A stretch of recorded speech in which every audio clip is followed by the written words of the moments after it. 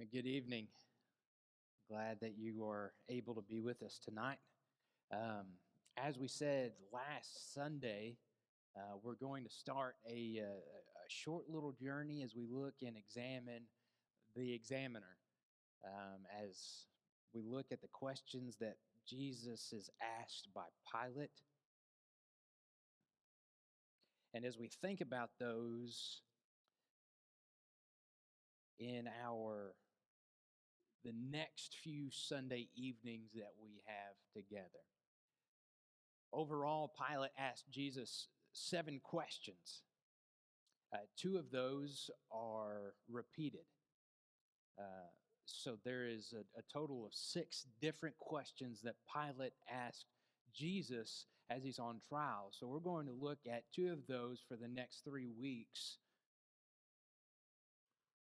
or two of those a week for the next 3 weeks. And as a way to, I guess, prepare us and to set us up for the mockery and the shame of a trial, I want us to begin reading in Matthew chapter 26.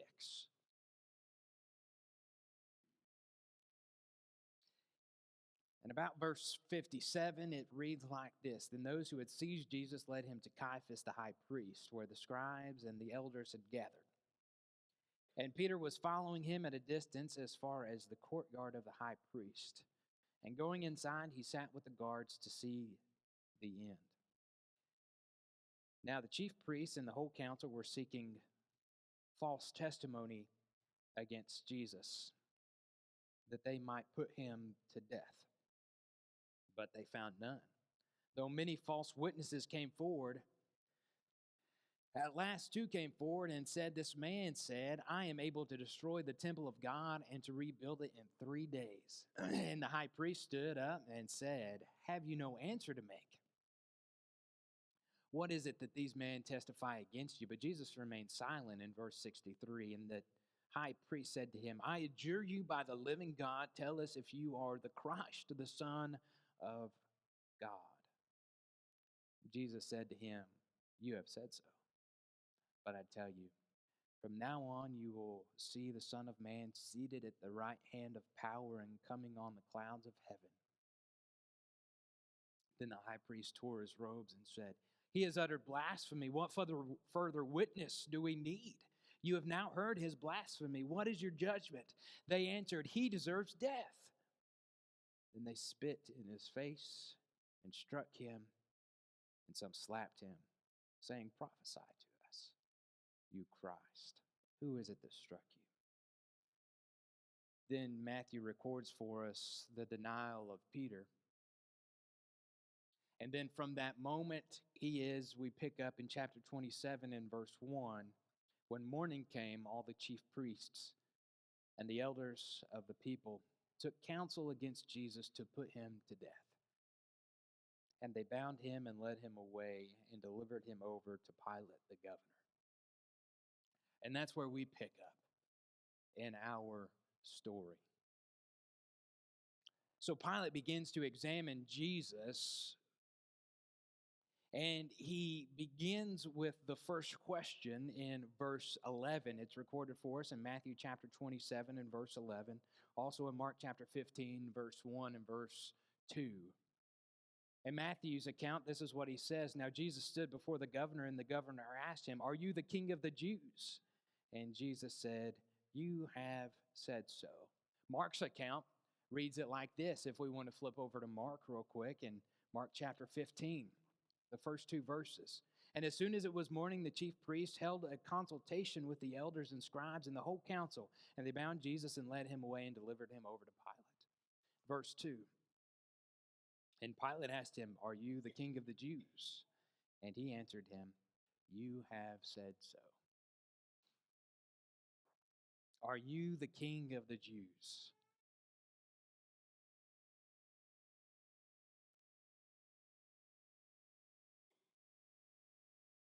It's an interesting question. In fact, as you look and pick apart Pilate's questions to Jesus, every single one of them is interesting, and every single one of them demands an answer. at least in my estimation. So we're going to answer this question: are you the King of the Jews? And we know, we're familiar with the fact that Jesus is certainly the King of the Jews, isn't he? He is the fulfillment in every single aspect. He is the fulfillment of the King of the Jews. Now, not the way that they had anticipated, but nonetheless, he is the King. But I do want to, and there's a multitude of directions that we could go with that question. Are you the King of the Jews? We could talk about how he fulfills every single aspect of Jesus as a king. He is a king. He's got the crown, right? He's got the people, he's got the power, he's got the authority, he's got every single aspect of what a king would have.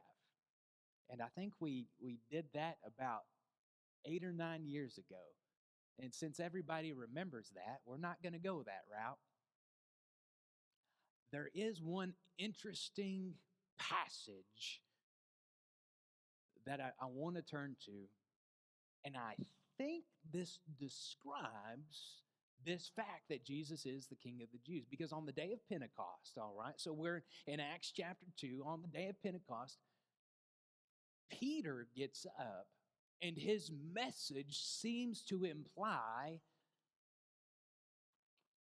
this very fact that Jesus is the King of the Jews. He quotes in Acts chapter 2, he quotes Psalm 16, verses 8 through 11 from Psalm 16.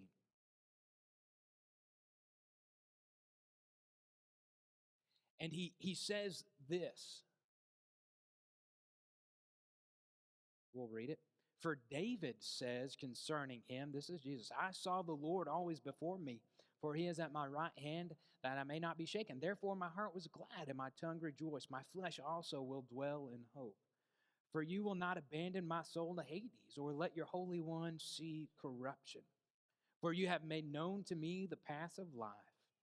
You will make me full of gladness with your presence. Psalm 16. But Peter goes on and he describes some very interesting facts. Interesting for our purposes, is Jesus the King of the Jews? This is what Peter says. Brothers, I may say to you with confidence about the patriarch David that he both died and was buried, and his tomb is with us to this day. Being therefore a prophet, and knowing that God had sworn with an oath to him that he would set one of his descendants on his throne, he foresaw and spoke about the resurrection of the Christ, that he was not abandoned to Hades, nor did his flesh see corruption. This Jesus God raised up, and for that we are all witnesses. Being therefore exalted at the right hand of God, and having received from the Father the promise of the Holy Spirit, he has poured out this that you yourselves seeing and hearing. That's what he says after he reads what David writes, or quotes what David writes in Psalm 16. But as you look at this, Psalm 16, and what Peter consequently, obviously through the inspired Spirit, says about Jesus. First of all, you're going to notice that he begins in verse 29 in our text, he begins by saying that Jesus is better than David. Jesus is better than David in every way. Mostly in verse 29, Jesus is better than David because he's still alive, right? Because in verse 29, he says, brothers, I may say to you with confidence that the patriarch David, that he both died and was buried, and his tomb is with us to this day. Jesus died and was buried and lives. That's the difference. So in that respect, Jesus is superior to David. Now that's interesting as we analyze Psalm 16, isn't it? Not only does that make him a king superior to David, but if you look at verse 30, you're going to see something else that is interesting. This kingdom was promised. Being therefore a prophet, David a prophet and a king, being therefore a prophet, and knowing that God, look at it, had sworn with an oath to him that he would set one of his descendants on his throne. So we find out here in verse 30 that there was a promise of a king, that the king and the kingdom to David was promised. Now, we're familiar with that, aren't we? We're familiar with the prophecies. We're familiar with the concept that one would come from the lineage of David as Jesus did, who would sit on his throne as Jesus does, and would reign forever as Jesus does. It's promised, we find out in verse 30. But it's interesting that it was sworn with an oath by God. That holds a lot of weight. We also find out in verse 31 about the kingdom of Jesus.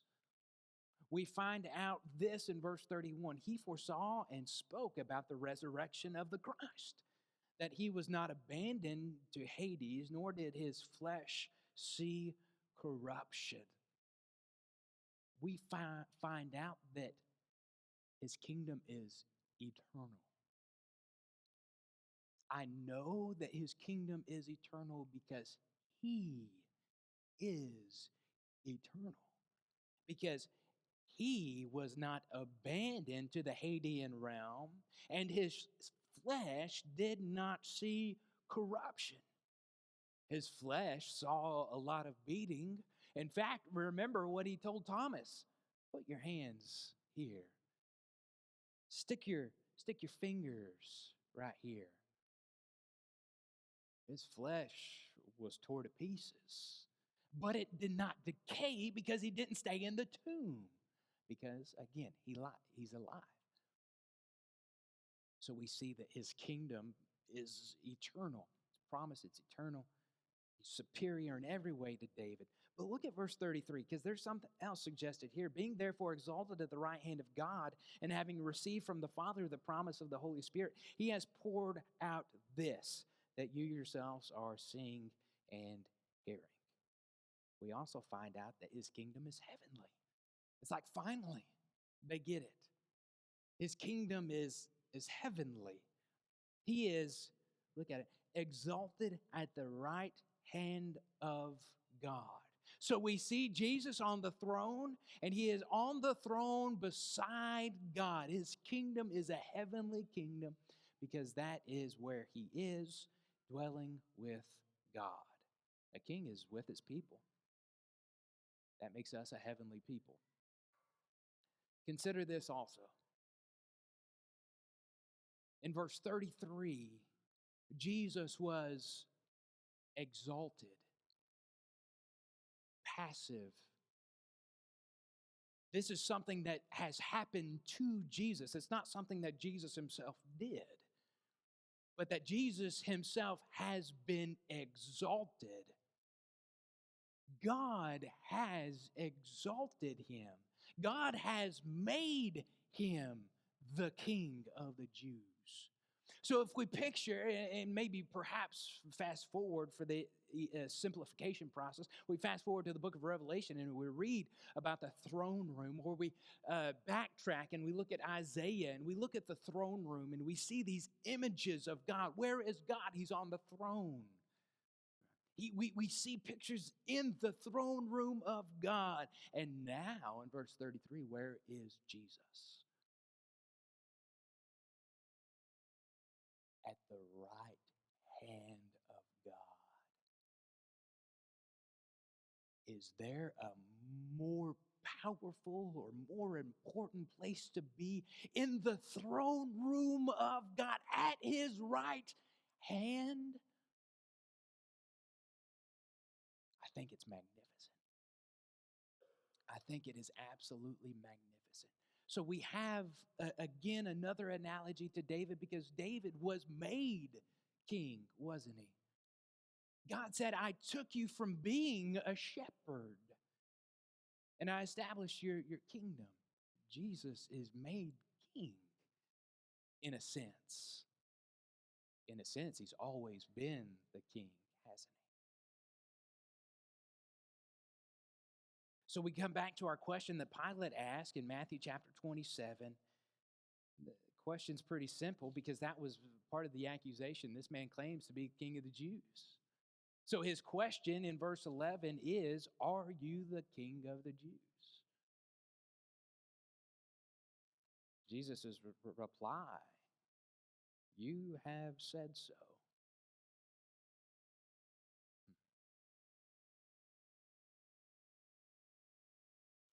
Which brings us to question number 2 that Pilate asks. As you continue in Matthew chapter 27, and we're going to follow Matthew 27. And then we'll jump to John and towards the end. But if you're following in Matthew chapter 27, you're looking now at verse 13 and verse 14. Pilate said to him, question number 2, do you not hear how many things they testify against you? But he gave him no answer, not even to a single charge, so that the governor was greatly amazed. The parallel account in Mark, or the parallel record for us in Mark chapter 15, again, goes like this, verse 3 and verse 4. And the chief priests accused him of many things. And Pilate asked him, have you no answer to make? See how many charges they bring against you. But Jesus made no further answer, so that Pilate was amazed.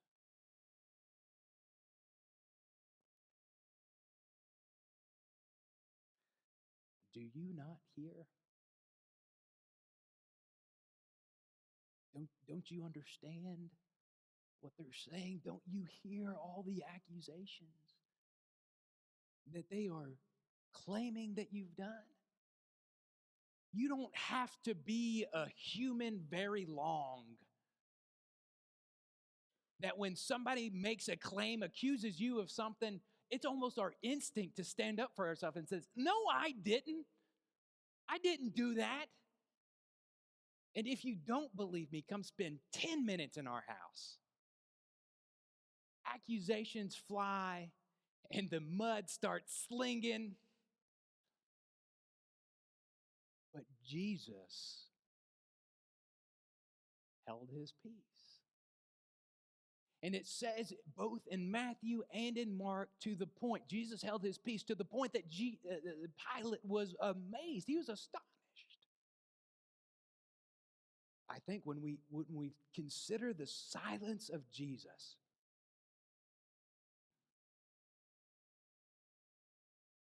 it leads us to a lot of different conclusions.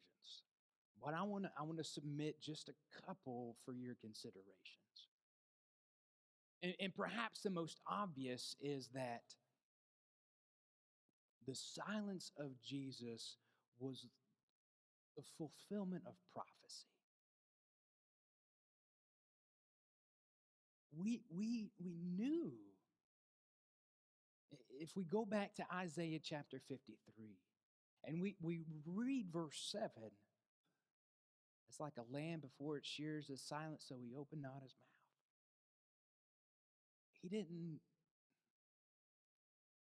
He was silent. Do you not hear how many accusations they are saying against you?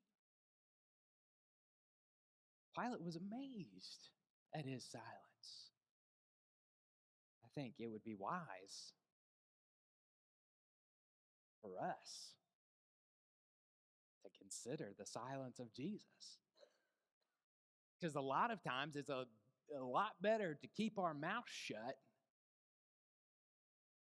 than to open it. But the silence of Jesus was the fulfillment of prophecy. Hundreds of years before Jesus came, Isaiah predicted that he would be silent. But I think it also speaks to the proof of his innocence, don't you?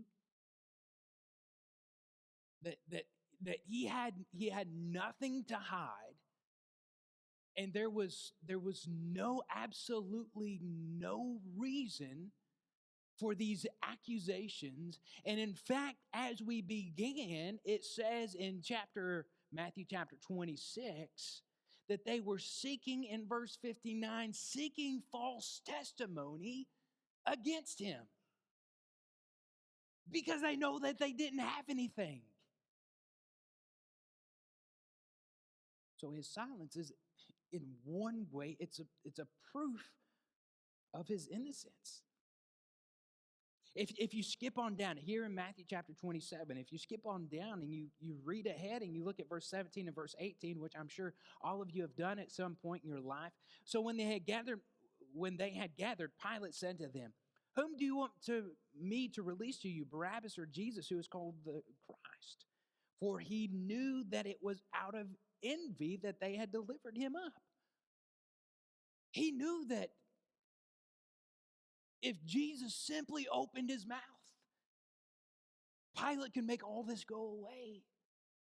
I believe that. So his silence is proof of his innocence.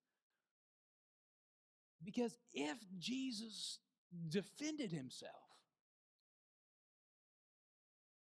all the charges would be dismissed, I think. So there's another way that I tend to read verse 13 and 14.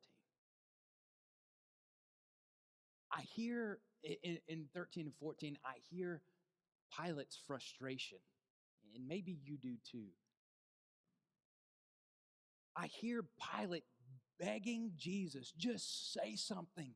Like, clear your name, get rid of these charges, tell the truth. Speak the facts. But he kept his mouth shut, which I believe is proof of his innocence. But it leads us to another point, that it's not just a fulfillment of prophecy and proof of his innocence, but it's also a fulfillment of his purpose, isn't it? Because if Jesus had defended himself, and if he opened his mouth,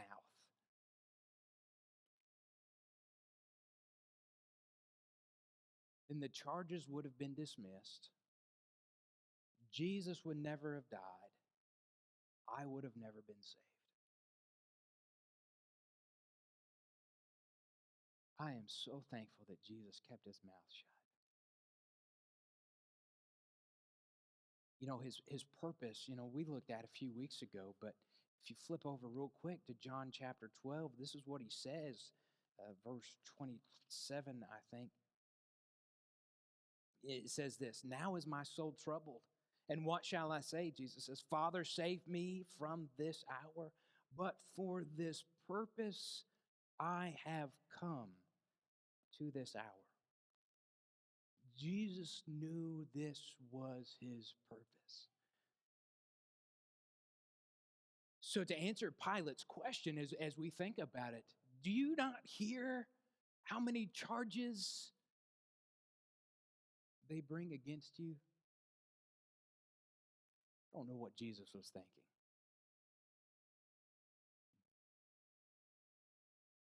And I don't know what was going through his head.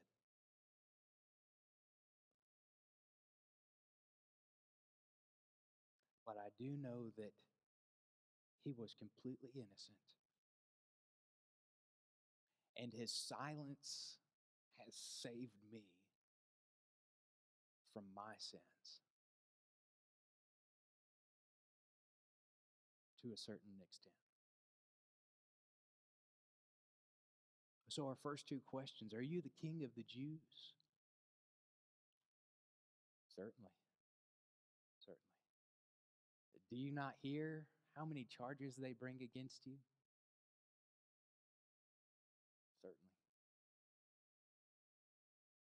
But yet, he allowed the prosecution to continue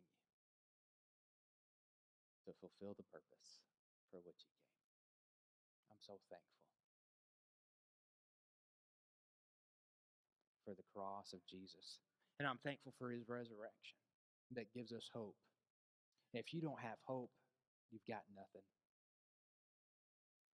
A most miserable people, as Paul says, most to be pitied. And there's no reason for none of us to have hope. We should all have hope. I hope you have hope tonight. If you don't, the invitation's yours as we stand and as we sing.